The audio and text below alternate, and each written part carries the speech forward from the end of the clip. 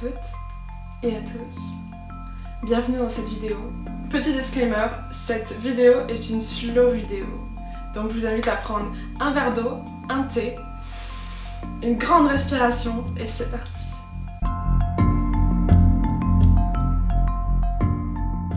Aujourd'hui, j'avais envie de vous partager 3 outils simples d'introspection et leur usage pratique. Les tests, quand on les utilise, le plus important c'est de se dire qu'est-ce que j'en fais. Premier outil, ça va être de sélectionner mes valeurs. Pourquoi c'est important de définir ces valeurs? Parce que ça indique ce qui est le plus important dans votre vie. Qu'est-ce qui vous donne de l'énergie? Est-ce que ça va être la liberté? Est-ce que ça va être la joie, l'humour? Est-ce que ça va être la loyauté, la justice, la droiture? Ça, d'une personne à une autre, ça change énormément. Nourrir ses valeurs, c'est vraiment un guide incroyable pour apprendre à se connaître et savoir où on va. Et ça va aussi faire le tri par rapport aux décisions que vous avez envie de prendre. Si par exemple vous avez un projet ou un nouvel emploi, je vous invite à vous demander en quoi cette opportunité va nourrir mes valeurs. Je vais vous mettre un tableau de valeurs en dessous. Et ce que je vous invite à faire, c'est de faire une liste d'abord de 30, ensuite votre top 10 et ensuite votre top 3. Je vous invite aussi ensuite à mettre des petites actions si vous êtes motivé, ça c'est aussi super. Deuxième outil, c'est le VIA Character Survey. Je vais vous mettre le lien en barre d'infos. C'est un questionnaire de psychologie positive. En fait, la psychologie positive, au lieu d'avoir un point de vue sur les symptômes et sur les maladies, c'est-à-dire en regardant ce qui va pas, typiquement, elle va regarder ce qui va, en se plaçant d'un point de vue donc positif, et essayer d'améliorer encore ce qui va, de nourrir ce qui va. Il y a un questionnaire en ligne sur qu'est-ce qui va chez vous, qu'est-ce qui vous nourrit, qu'est-ce qui vous motive, qu'est-ce qui vous donne de l'énergie, de la joie. Il résonne aussi en force, donc qu'est-ce qui vous donne de la force et qu'est-ce qui est votre force. En fait, l'idée c'est d'appliquer une action à une force. Donc je vais vous partager... 22h22. Je vais vous partager mon top 3 de mes plus grandes forces. Mon premier, c'est l'appréciation de la beauté. Donc c'est mon caractère esthétique. Et ça, par exemple, ça m'a beaucoup servi dans les moments où j'étais en déprime. Voilà, des moments où je me suis dit, bon, va dehors et prends des photos. Et ça, à chaque fois, c'était radical, quoi. Le fait de prendre des photos, de me mettre justement dans cette appréciation de la beauté, dans l'esthétisme, dans avoir l'œil et tout comme j'aime, ça me donnait énormément d'énergie, ça me faisait beaucoup de bien. En deuxième, j'ai la curiosité. Ça m'étonne pas. La curiosité, ça m'a permis déjà de l'accepter en fait. De me dire, je suis intéressée par 1000 sujets et c'est ok, c'est ce que j'aime. J'ai pas à suivre forcément une voie et à me spécialiser, ça me correspond pas. C'est pas moi. Et voilà, je suis une personne curieuse qui adore apprendre et je ne cesse d'apprendre et de nourrir mes connaissances.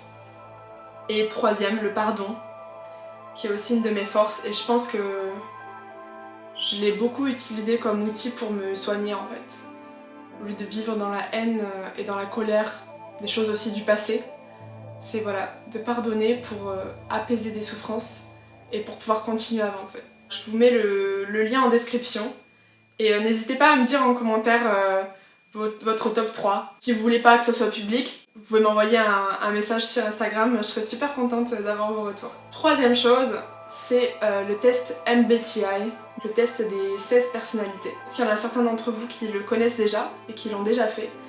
En fait, le MBTI, donc il va y avoir 4 lettres, ça va vous classifier dans comment vous fonctionnez, comment vous réfléchissez, comment vous réagissez. Donc moi, par exemple, je suis ENFP, et en fait, le fait de le savoir, ça m'a permis de comprendre déjà que des personnes peuvent penser différemment. C'est-à-dire que moi, sur un projet, je vais tout de suite avoir une vision très abstraite, vraiment une idée globale, une image globale. Alors qu'il y a des personnes qui peuvent aller tout de suite dans les détails, et du coup, quand elles me posent des questions, ça m'angoisse, parce qu'elles me disent non mais ça, comment on le fait d'un point de vue technique, d'un point de vue concret, comment on fait ci ou comment on fait ça, est-ce qu'on sera pas limité par ci et par ça?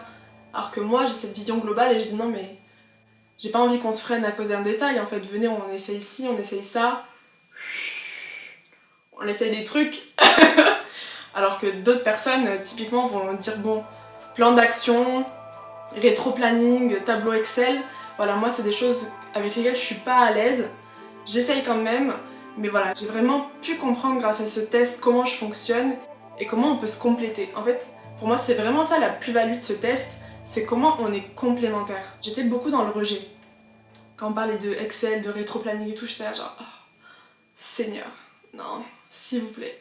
Et maintenant je me dis, bon, bah écoute, je vais prendre la partie créa, je vais aller sur la créativité, le graphisme et tout, et toi tu pourras t'occuper du côté production, du côté technique, et on va se complémenter, et le projet il va pouvoir avancer. Et pour ça, ce test il m'a beaucoup guidée, beaucoup appris à arrêter d'être dans le rejet, à penser complémentarité.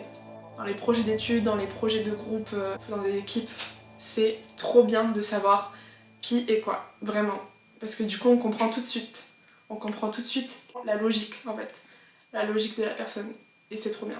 J'espère que ces 3 outils vous ont plu et qu'ils ont pu vous aider. N'hésitez pas à me dire en commentaire ou en message quels ont été vos résultats. Je suis super curieuse et aussi si on peut échanger là-dessus, ça me ferait énormément plaisir parce que j'ai d'autres ressources encore à vous partager.